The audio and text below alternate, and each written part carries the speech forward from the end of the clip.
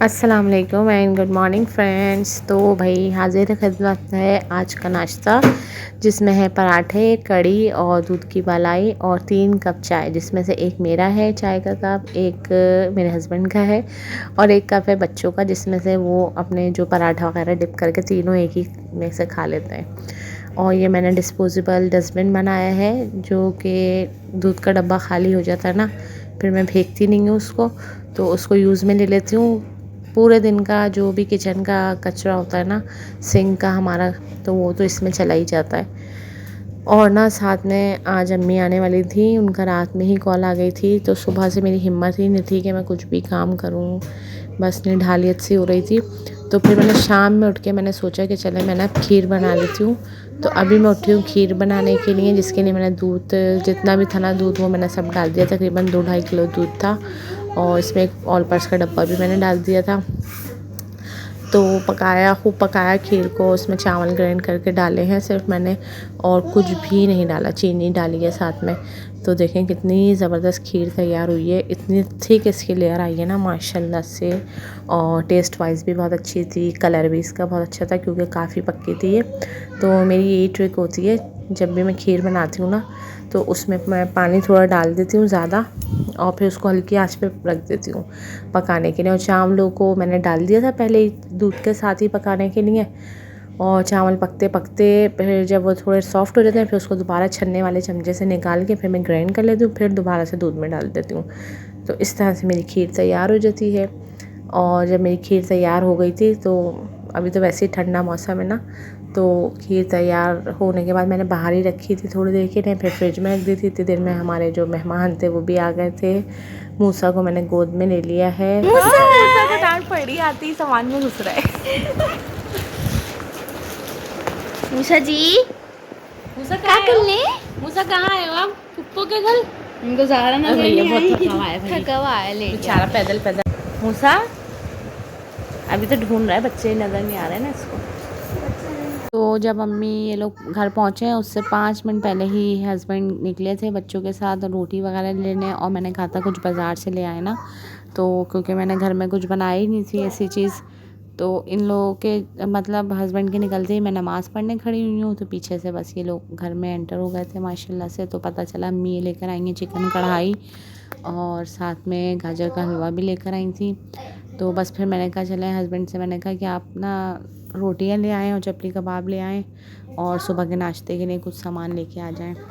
तो ये चपली कबाब आजकल मुझे बहुत पसंद आ रहे हैं। इसके साथ चपली कबाब से ज़्यादा ना इसकी जो सॉस आती है साथ में, बहुत ही लजीज लगती है मुझे, इतनी खट्टी होती है ना। फिर मैं इसको जब ये बच जाती है ना, तो मैं इसके साथ पकौड़ियाँ बना लेती हूँ, तो मुझे बहुत अच्छी लगती है चपली कबाब से भी ज़्यादा। मम्मा इसमें एक और चमचा डाल दे।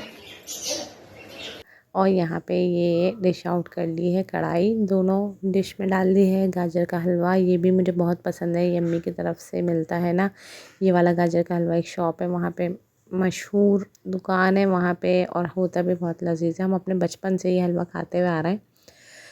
तो अभी भाई जब आया है तो लेकर आया है। अभी इसको बहुत ज़्यादा भूख लग रही है ना, कह रहा है मैंने ना शाम में कुछ खाया नहीं था। तो अब मैंने कहा चलो जल्दी जल्दी खाना निकाल लेते हैं, लेकिन रोटी आने में इतनी ज़्यादा देर हो गई थी।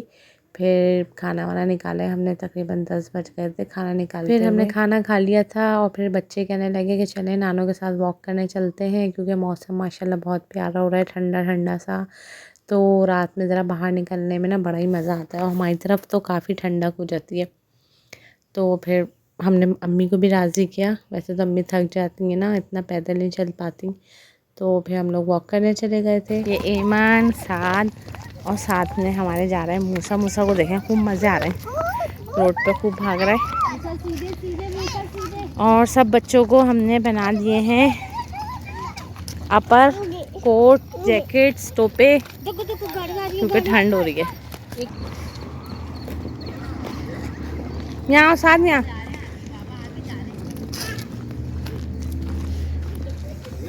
वहाँ सामने सामने।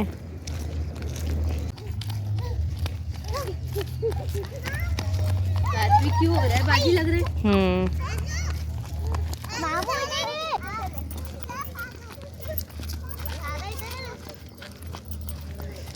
आज तो नानों को भी लेके आ गए वॉक करने के लिए, अम्मी को भी ले आए। मम्मी पैदल पैदल जा रही हैं वापसी। वॉक करते करते फिर हम पार्क भी आ गए थे। तो ये पार्क एज़ यूजुअल बहुत जल्दी सन्नाटा हो जाता है, रात का टाइम हो गया है और काफ़ी सर्दी भी हो रही है ना, तो इस वजह से मेरे ख्याल से लोग इतने आते भी नहीं हैं। तो बच्चों ने स्लाइड्स वगैरह की, झूले झूले, हमने भी झूले झूले अभी, लेकिन हमें आए हुए ना 12 बज गए थे। तो भाई ने मेरे खूब डराया बच्चों को भी कि 12 बजे का टाइम हो गया। और अम्मी भी ना काफ़ी वहम करती हैं इस चीज़ का कि बच्चों को लेके इतनी रात में हमें पार्क वगैरह नहीं आना चाहिए। तो वैसे तो मैं आ जाती हूँ, लेकिन जब इन लोगों के साथ गई हूँ ना तो मुझे भी डर लगने लगा था, मुझे भी काफ़ी खौफ आ रहा था। बस रात में ये 9 बजे के टाइम ये लोग आए थे और अब 3 बजे दोपहर में बस इन्होंने कहना शुरू कर दिया था कि हम जा रहे हैं, बस घर जा रहे हैं। तो फातिमा कह रही है कि मामू मुझे तो घुमा के ले आएँ बाहर, अभी आपने मुझे गाड़ी में राइड भी नहीं दिलाई। तो फातिमा और अली दोनों जा रहे थे साथ में, तो पीछे लग रहे थे मूसा भी और ज़हरा भी, लेकिन मैंने बच्चों को भेजा नहीं, मुझे डर लगता है गाड़ी में बच्चे फिर लॉक वगैरह खोल दें दरवाज़ों का, और ना जब तक मैं खुद नहीं जाती। तो मूसा के बाबा मूसा को नहीं लेके जा रहे। मूसा आपके बाबा जा रहे हैं, मूसा को नहीं लेके जा रहे हैं। मूसा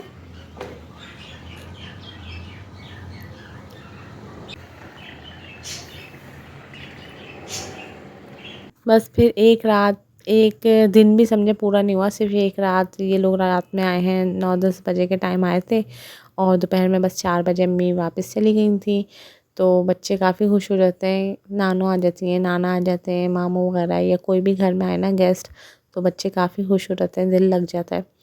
तो अब काफ़ी बच्चे थक चुके थे तो ये लोग तो सो गए थे, अम्मी भी चली गई थी घर। तो मैंने कहा चलो मैं अपना सामान कुछ निकाल के बैठ गई थी। ये मेरे पास जीन्स की पैंट इतनी सारी जमा हो गई हैं, उमर की भी और उनके बाबा की भी ना, तो मेरे समझ नहीं आ रहा था कि मैं इसको क्या करूं, और बेकार करने का भी दिल नहीं चाह रहा था। मैंने कहा इसको कहीं ना कहीं यूज़ कर लेती हूँ। तो मैंने ना नेट पे काफ़ी आइडियाज़ लिए, काफ़ी चीज़ें सोची। तो अब मैंने इसको कट करना शुरू किया है और मैं सोच रही हूँ इसकी ना रग बना लेती हूँ। तो कलरफुल जीन्स भी है मेरे पास और इस तरह की भी है ना, ब्लू कलर में, ब्लैक में, इस तरह से भी थी। तो अभी मैंने स्टार्टअप लिया है, अब देखते हैं इसका क्या बनता है क्या नहीं बनता। तो मैं लेके बैठ गई थी, फारिग टाइम में मैं कुछ ना कुछ ऐसी चीज़ें करती रहती हूँ। फिर मैंने उमर से कहा, मैंने कहा अब से तुमने अपने कपड़े खुद ही धोने हैं। अभी लास्ट टाइम भी उसने खुद ही धोए थे खैर, तो वो उस वक्त थोड़े से थे, लेकिन अब उसके सारे ही कपड़े जमा हो गए थे ना, मैंने धोए नहीं थे तकरीबन 2 हफ्तों से। क्योंकि मैंने कहा इसको रियलाइज़ होना चाहिए कि कपड़े कितनी मेहनत से धुलते हैं, फिर उनको ड्राई किया जाता है, फिर उन्हें कबर्ड में रखा जाता है, तो उसके पीछे पूरा प्रोसीजर होता है। तो यही नहीं कि सिर्फ उसको कबर्ड से कपड़े निकाल के पहनना आने चाहिए, बल्कि उसे उस चीज़ की भी कदर होनी चाहिए कि मैं किस तरह से कपड़े पहनता हूँ, जो मुझे धुले धुलाए मिलते हैं, तो उसके पीछे कितनी मेहनत लगती है। तो करने को तो हम लोग भी कर सकते हैं, कभी कभार मुझे तरस आता है कि नहीं मैं नहीं करवाऊँ अपने बच्चे से काम, लेकिन मैं सोचती हूँ कि नहीं, जब हम बच्चियों को सिखाते हैं, हर तरह से आगे के लिए तैयार करते हैं, तो हमें लड़कों को भी इसी तरह हर काम के लिए तैयार करना चाहिए। तो लड़की और लड़के में कोई फ़र्क नहीं होना चाहिए। अब मैं आ गई हूँ छत पे, मैंने सोचा मैं अपने हाथ से अपनी बकरी को खाना खिला के आ जाती हूँ। तो ये देखें इतनी दीवानी है ना ये माशाल्लाह से, और इतना प्यार करती है हम लोगों से, बहुत ही उनसियत रखती है ये। इसका नाम हमने ना बबली रखा हुआ है और ये माशाल्लाह बहुत प्यार करने वाली बकरी है। तो मैं छत पे आ गई थी इसको खाना खिलाने के लिए अपने हाथ से फ्रूट के छिलके। तो ये थी आज की वीडियो, मेरी आज की रूटीन। उम्मीद है कि आपको पसंद आई होगी। तो हम इंजॉय करते हैं अपनी फ्रूट चाट को, आप इंजॉय करें मेरी वीडियो को। अगर पसंद आए मेरी वीडियो तो लाइक करना बिल्कुल नहीं भूलिएगा, चैनल को सब्सक्राइब करें और मुझे दें इजाज़त। फिर नई वीडियो के साथ मिलते हैं, जब तक के लिए अल्लाह हाफ़िज़।